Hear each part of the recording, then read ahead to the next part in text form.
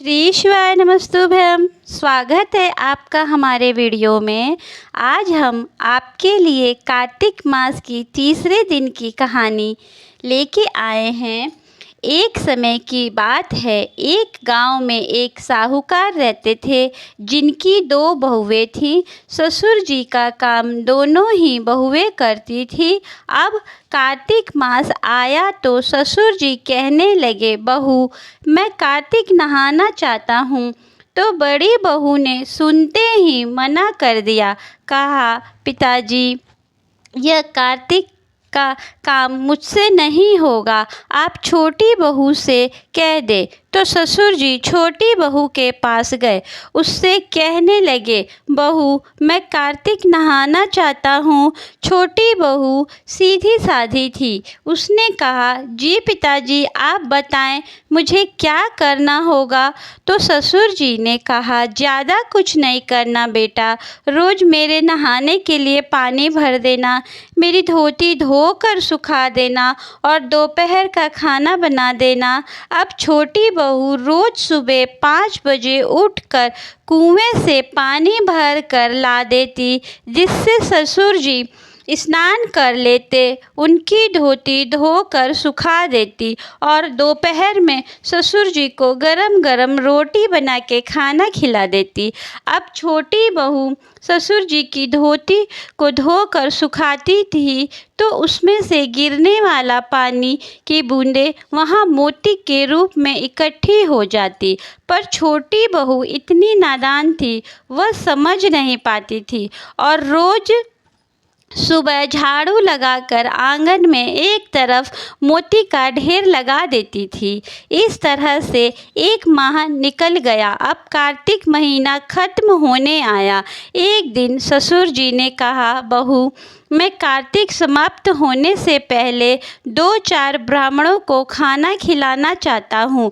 छोटी बहू बोली, पिताजी मैं खाना बना लेती हूँ और फिर आपको खेत से बुला लाऊंगी। बहू खाना बना देती है और ससुर जी को खेत से बुलाने जाती है और कहती है, पिताजी मैंने खाना बना दिया है, आप घर जाकर ब्राह्मणों को खाना खिला दीजिए, मैं खेत की रखवाली कर लेती हूँ। ये सुनते ही पिताजी घर चले जाते हैं। अब छोटी बहू सोचती है, कार्तिक के महीने में ब्राह्मणों को तो खाना खिला रहे हैं और चिड़ियों को उड़ा रहे हैं, राम जी की चिड़िया राम जी का खेत, यह सोचकर चिड़िया को वह दाना खाने देती है और चादर ओढ़कर सो जाती है। जब चिड़िया दाने चुग रही होती है तो जो दाने जमीन पर गिरते हैं वे दाने हीरे मोती बन जाते हैं। धीरे धीरे उनका पूरा खेत हीरे मोती से जगमगाने लगता है। पास ही में बड़े भाई का खेत था। जब वह यह सब देखता है कि छोटे भाई का खेत हीरे और मोतियों से जगमगा रहा है, बड़े बेटे से रहा नहीं जाता। वे अपने पिताजी से पूछता है, इसका क्या कारण है। पिताजी कहते हैं, बेटा हम पर तो कार्तिक महाराज की कृपा हुई है। बड़ा बेटा जाकर ये सारी बातें अपनी पत्नी को बताता है। पत्नी के मन में लालच आ जाता है, वह मन ही मन सोचती है, ससुर जी ने तो पहले मुझसे ही कहा था, मैंने क्यों मना कर दिया। अब वह साल भर का इंतज़ार करती है और कार्तिक महीना आने वाला होता है तो जाकर ससुर जी से कहती है, पिताजी आप इस बार कार्तिक स्नान नहीं करेंगे।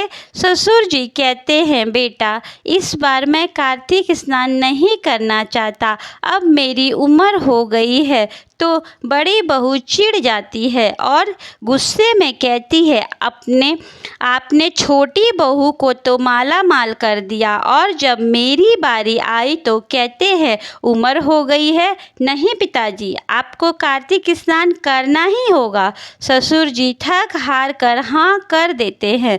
बड़ी बहू हीरे मोती के लालच में ससुर जी की बहुत सेवा करती है। ससुर जी के लिए रोज़ सुबेरे कुएं से पानी भर कर ला कर रख देती है। उनकी धोती धोकर सुखा देती है। सुखाते वक्त वह उसे निचोड़ती नहीं थी कि ज़्यादा पानी गिरे और ज़्यादा हीरे मोती इकट्ठे हो।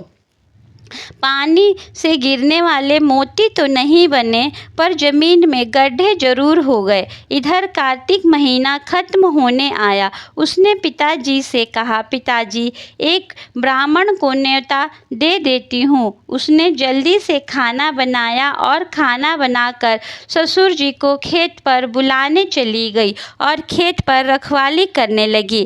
खेत में कोई भी चिड़िया दाना चुगने आती तो वह उसे भगा कर कहती कि आज मेरे खेत में दाना ना खाओ, क्योंकि यह सब आज हीरे मोती बनने वाले हैं।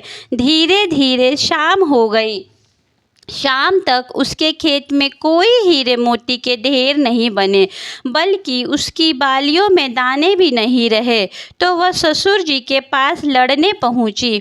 तब ससुर जी ने कहा कि बहू, तूने तो देखा देखी में पैसों की लालच में मेरी सेवा करी, बल्कि छोटी बहू ने निस्वार्थ भाव से मेरी सेवा करी तो उसे कार्तिक महाराज की कृपा मिली। तूने देखा देखी करी और लालच किया, इसलिए तेरी फसल भी खराब हो गई। हे कार्तिक महाराज, जैसी छोटी बहू पर कृपा करी वैसी सब पर करना, और जैसी बड़ी बहू पर करी वैसी किसी पर नहीं करना। कथा अधूरी हो तो पूरी करना, और पूरी हो तो मान करना। कार्तिक महाराज की जय हो।